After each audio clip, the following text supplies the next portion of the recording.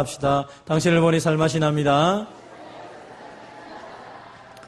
오늘은 주께서 세우신 규례들이라는 제목으로 함께 말씀을 나누고자 합니다. 한번 따라해 봅시다. 주께서 세우신 규례들. 오늘은 소결의문답 88문을 이제 배우게 됩니다. 우리가 소결의문답은 108문까지 있는데 저희가 계속적으로 한 주에 하나 혹은 두 개, 세 개를 함께 나누고 있습니다. 오늘은 88문 한 문만 같이 나누겠습니다. 그리스도께서 우리에게 구속의 은덕을 전달하시는 외적이고 통상적인 방편은 무엇입니까? 답을 같이 읽어보겠습니다. 시작. 그리스도께서 그분의 교회에 그분의 중보의 은덕을 전달하는 외적이고 통상적인 방편들은 그분의 모든 규례들, 특히 말씀과 성례와 기도입니다. 이 모든 것은 피택자들이 구원을 받는데 효력이 있게 합니다. 우리가 하나님의 은혜를 받고 하나님의 진노와 심판에서 구원받도록 하나님께서 우리에게 특별하게 주신 것이 몇 가지 있습니다.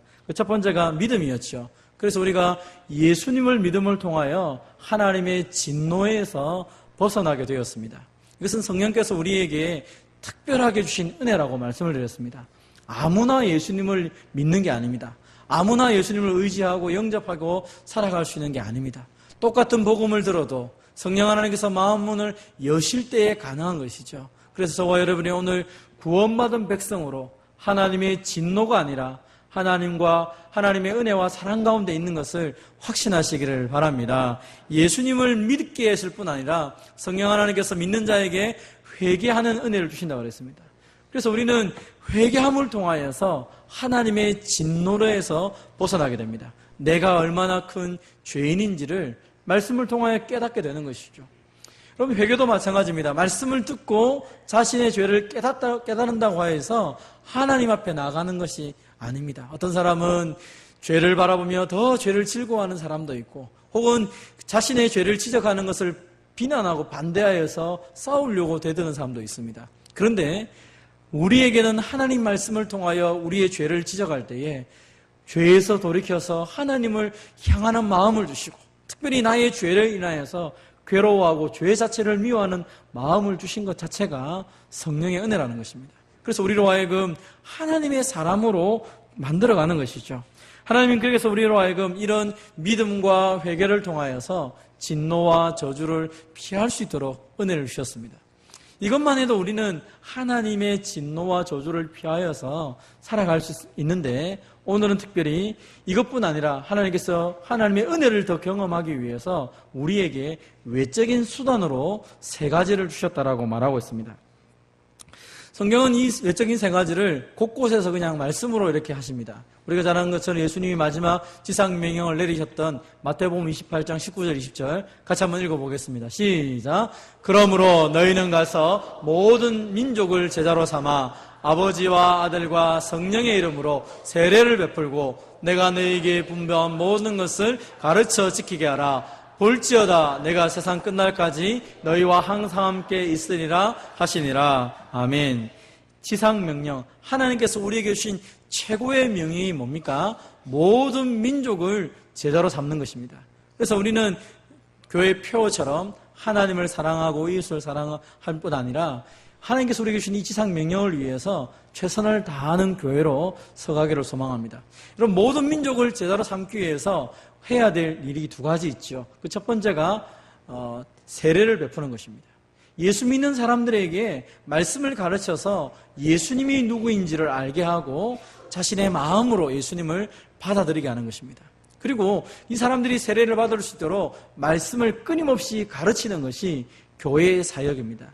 그래서 우리는 내가 배우든지 가르치든지 둘 중에 하나를 해야 됩니다. 한번 따라해 봅시다. 배우든지 가르치든지 이 두 중에 하나는 우리가 하고 있어야 됩니다. 지금 내가 누구를 가르치든지 아니면 말씀을 배우든지 이 두 가지 일 중에 하나를 하지 않는다면 나는 지금 조금 직무유기를 하는 것입니다. 내가 말씀을 배워서 정말 하나님의 사람이 되기 위해서 날마다 말씀 앞에 엎드려가는 삶을 살든지, 혹은 배운 말씀을 그대로 나누면서 하나님께서 우리 가운데 어떤 역사를 하시는지를 끊임없이 살펴보아야 되는 것이죠. 그래서 우리 교회가 성경 공부를 하는 이유 중에 하나가 뭐냐면, 내가 먼저 배우고 받은 은혜를 나누고 그럼을 통하여서 함께 하나님이 우리에게 주시는 그 상호적인 역사들을 경험하는 것입니다. 이것을 통하여서 죄인들은 예수님을 깨닫게 되고 또 성숙한 사람은 더 성숙하게 만들고 미성숙한 사람은 성숙한 자리에 이르도록 우리가 도와주는 것입니다. 그래서 교회가 존재하는 한 꼭 있어야 될 것 중에 하나가 세례, 성례가 있어야 되고 또 하나는 말씀을 가르치는 말씀의 역사가 반드시 있게 되는 것입니다. 그래서 이것이 외적인 하나님의 은혜의 방편이라는 것입니다. 사도행전 2장에도 보면 교회가 처음 생겼을 때 했던 일입니다. 같이 읽어봅시다. 시작. 그들이 사도의 가르침을 받아 서로 교제하고 떡을 떼며 오로지 기도하기를 힘쓰니라. 아멘. 교회에 반드시 있어야 될 게 뭡니까? 말씀을 가르침을 받아야 됩니다. 그래서 우리가 설교를 한다든지 또 성경 공부를 한다든지 말씀에 대한 가르침이 없으면 교회가 아닙니다. 그래서 말씀의 가르침이 있어야 되고 두 번째로는 서로 교제하는 것이 필요합니다. 교제는 그냥 먹고 마시고 노는 게 교제가 아니라 교제의 핵심은 기도라고 그랬습니다. 그래서 제가 우리 구역 모임 왜 모입니까? 바쁘고 힘든데 왜 구역이 모여야 됩니까? 서로가 서로를 알아가고 함께 기도함을 통하여 하나가 되어가는 것이죠. 그럼 교회 규모가 얼만큼이 되면 좋은 교회일까? 우리 이번에 교단에서 이것을 논의를 했습니다. 그래서 교단의 신학자들이 연구를 하고 주제 발표를 했습니다. 이런 일은 우리 한국 교회 사상 처음입니다. 교회의 크기가 얼만큼 되는 것이 제대로 된 교회 생활을 할 수 있을까? 거기에 내린 결론이 이것입니다. 출석교인 150명에 제적 250명. 그게 가장 이상적인 교회다라고 발표를 했습니다. 왜 그게 가장 이상적이냐? 서로가 서로를 알기 제일 좋고 서로가 서로를 위해 기도하기 제일 좋고 서로가 함께 훈련받기 제일 좋은 교회가 그 정도 규모라고 말합니다. 제적 250명에 출석교인이 150명 이상. 우리 교회가 제일 좋은 교회인 줄 믿으시길 바랍니다. 교단에서 그렇게 말한 거예요, 이게. 교단에서 말한 게. 그런데 이제 현실적으로 그렇게 되면 제일 좋은 교회는 맞는데 교단에서 발표하기를 근데 현실적으로는 힘이 없다는 것입니다. 뭔가를 하려고 하면 이 정도 가지고는 못한다는 것입니다. 그래서 조금 제대로 하려고 하면 출석교인 300명에 제적교인 500명 그 정도 되면 교회가 감당할 수 있는 최소한 많은 일들을 할 수 있겠다고 교단에서 말했습니다. 그래서 궁극적으로 교회는 그 정도 수준까지만 되면 제일 좋겠다. 그래서 한 300명 출석에 500명 제적이면 좋겠다. 그리고 최고로 많이 모이면 얼마큼 모이면 되느냐? 500명 이상 모이면 안 된다라고 결정했습니다. 출석교인은 500명에 제적교인 900명. 그것이 최고 좋은 교회다라고 발표를 했습니다. 그 다른 이유가 아닙니다. 여러분 지금 우리나라의 제일 큰 교회는 몇십만 명입니다. 몇십만 명. 우리 전주, 익산 다 합쳐도 몇십만 명인데 그것보다 서울에 가면 더 큰 교회가 있습니다. 전주, 익산 다 합힌 것보다 더 크다는 거예요. 교회 하나가. 근데 그 교회를 가리켜 말하기를 메가 교회지만 교회로서의 온전한 역할을 하기가 쉽지 않지 않느냐라는 질문을 많이 합니다. 근데 그 교회 다니는 사람들에게 질문하면 그 교인들은 그렇게 얘기합니다. 우리는 전혀 불편하지 않다고. 왜냐하면 서로 교제하는데 불편함이 없다고. 그래서 그 교인들이 하는 말은 작은 구역이 원활하게 교제를 하니까 수천 명, 수만 명이 돼도 부족함이 없습니다라고 얘기를 하더라고요. 그런데 그것은 어디까지나 그 한 부분에 대한 교제라는 것입니다. 오늘 성경은 우리에게 말한 게 뭐냐면 온 성도가 함께 교제할 수 있는 그런 것에 대해서 얘기합니다. 그래서 교제하는 것이 중요합니다. 교회는 가르침이 있어야 되고 그리고 함께 교제해야 되는데 기도로 교제할 수 있어야 됩니다. 여러분 우리가 주보의 교우 동정 이런 거 왜 냅니까? 요즘 하도 신천지나 다른 것들이 있어가지고 이런 거 내면 안 된다고 하는데 왜 우리 냅니까? 기도하라고 내는 것입니다. 교회 행사를 왜 냅니까? 이거 안 해도 됩니다. 안 내도 되는데 왜 만듭니까? 서로 기도하자는 것입니다. 정교인 수련회가 있고 또 우리 원례회가 있고 또 우리 헌신예배가 있고 또 성교예배가 있고 정교인 기도회가 있고 뭐가 있고 왜 그렇게 많이 합니까? 함께 서로의 마음을 나누고 형편을 나누기 위한 것입니다. 근데 그것이 은혜의 방편이라고 하나님이 우리에게 말씀을 하고 있습니다. 여기 떡을 뗀다는 것은 뭡니까? 성찬을 의미합니다. 성찬식을 할 때마다 우리가 어떤 것을 경험합니까? 우리가 주님의 몸이고 옆에 있는 형제자매가 내 형제자매라는 것을 경험하는 것이 바로 성찬입니다. 천국의 은혜를 맛보는 시간이 이 성찬이라는 것이죠. 그래서 교회의 됨됨이를 경험하게 됩니다. 여러분 하나님이 우리에게 은혜를 주시는데 말씀과 성례와 기도를 통하여서 은혜를 주시겠다라고 말하고 있는 것입니다. 눈에 보이는 외적인 일반적인 주님이 정하신 세 가지 은혜의 방편이 말씀과 기도와 성례라는 것입니다. 물론 이것 외에 다른 것을 통해 하나님의 은혜를 받을 수 없습니까? 받을 수도 있죠. 어떤 사람은 산책을 통해서 하나님의 은혜를 경험한다, 이렇게 말하는 사람도 있습니다. 어떤 사람은 예술 작품을 통해서 하나님의 은혜를 경험한다, 그럴 수도 있습니다. 그러나 통상적이고 가장 성경에서 기록한 완벽한 방법 중에 제시했던 것은 이 세 가지라고 강하게 성경은 말하고 있는 것입니다. 다시 말하면 이 말씀과 성례와 기도라는 것은 이 하나님께서 은혜의 방편으로 우리가 하나님을 경험하도록 주시는 것입니다. 우리가 잘못 오해하면 말씀과 성례와 기도를 통해서 은혜를 얻어내야 된다라고 생각하는 사람들이 있습니다. 얻어내는 것이 아니라 하나님이 이것을 통로 삼아서 우리에게 복을 주시고 은혜를 주시겠다라고 약속하신 것입니다.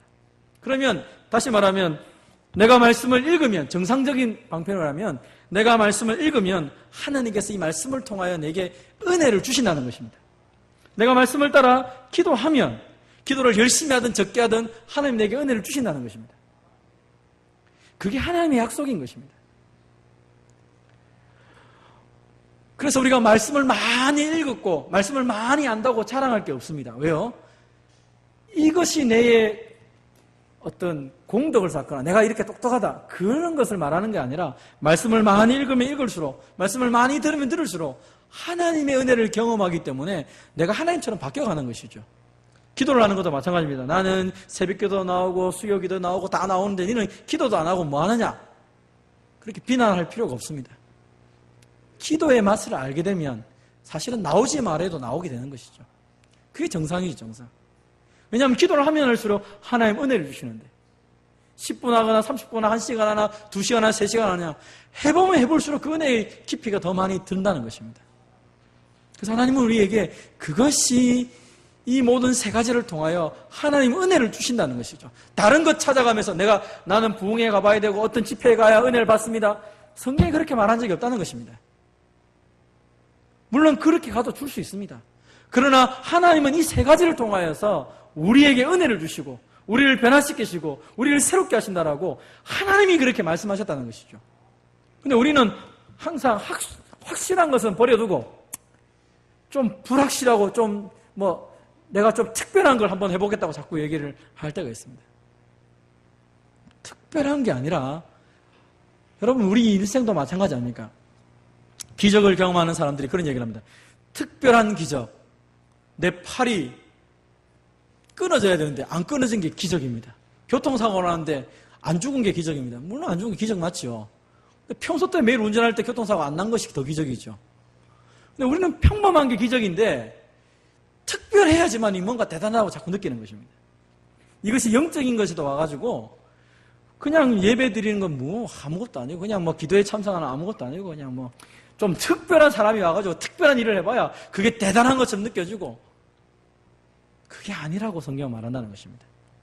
오늘 한 사람이 하나님의 교회 앞에 엎드려 기도한다 할지라도 하나님께 기도한다면 하나님은 기도하는 그에게 은혜 주실 줄 믿으시기를 바랍니다. 어린아이가 말씀을 나누더라도 하나님의 말씀으로 받기 시작할 때 그때 은혜가 된다는 것입니다.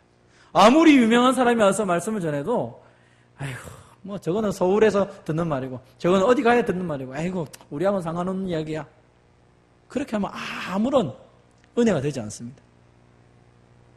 하나님이 말씀하신 것은 어떤 대상, 누가 대단한 것이 아니라 말씀과 성례와 기도, 누가 하든 간에 말씀과 성례와 기도를 통하여 하나님이 우리에게 은혜를 주시겠다라고 말씀하시는 것입니다. 오늘도 저와 여러분이 이 말씀 안에서 하나님을 의지하고 하나님이 말씀과 성례와 기도를 통하여 나를 만나주시고 내 인생에 가장 중요한 말씀을 주신다는 것을 기억하면서 날마다 살아가는 저와 여러분 되시기를 바랍니다. 그래서 오늘 성경은 우리에게 뭐라 말합니까?